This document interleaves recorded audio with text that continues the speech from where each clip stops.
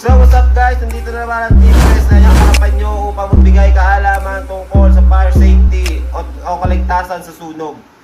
So umpisaan na agad natin yan. Ang kaligtasan sa sunog ay mahalaga para maprotektahan ang ating sarili, pamilya, ang ating syempre mga bahay. What the dog do?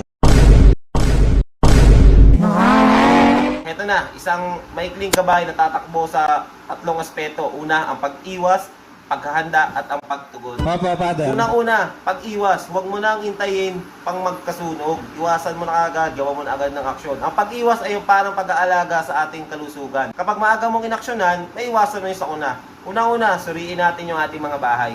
Maglilibot, tingnan.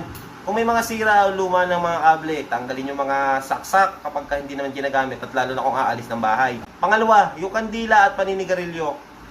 Magkandila ka kung gusto mo ng mga romantic vibes sa loob ng bahay mo kapag pagkakain, ikausap ka. Pero siguraduhin mo patayin to kapag aalis ka na. Sa paninigarilyo naman, okay lang naman manigarilyo, choice mo yan. Pero gawin mo sa labas ng bahay, huwag sa loob para maiwasan yung sunog. Madali kasi ang pagmula ng sunog. Hi guys! Ito na naman ako ngayon, Ngayon, pag-uusapan ko naman ng paghahanda. Bakit? Para lagi tayo planado at ligtas. Ang paghahanda ay parang pag-aaral para sa exam. Mas maayos kapag may plano. Paano masabi? Una, escape plan. Gumawa ng plano para makatakas kung sakaling magkasunog. Pangalawa, fire extinguisher. Maglagay ng fire extinguisher sa kusina at garahe. Matutunan ng PASS method. Pull, aim, squeeze, sweep. Pangatlo, tawag sa emergency. Ituro sa lahat ang tamang pagtawag sa lokal na emergency hotline. Kahit ang bata, kayang matutunan ito.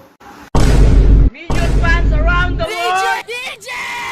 At ang sunod naman ay ang pagtugon. Kumilos ng mabilis at ligtas. Kapag tumunog na ang alarma, walang lugar para sa panik, dapat handa ka na. DJ! Una, tumugon agad. Huwag na magatabi. Kung may usok o apoy, iwan ang gamit at umalis agad. Ang buhay ang priority. Lame kayo! Gapang sa usok. Kapag may usok, magbaba at gumapang. Parang laro lang ng limbo. Pero seryoso ito. Stop, drop, and roll. Kapag nasunog ang damit, huminto, dumapa at gumulong hanggang mawala ang apoy. Huwag bumalik. Kapag nasa labas ka na, huwag kang pumasok ulit.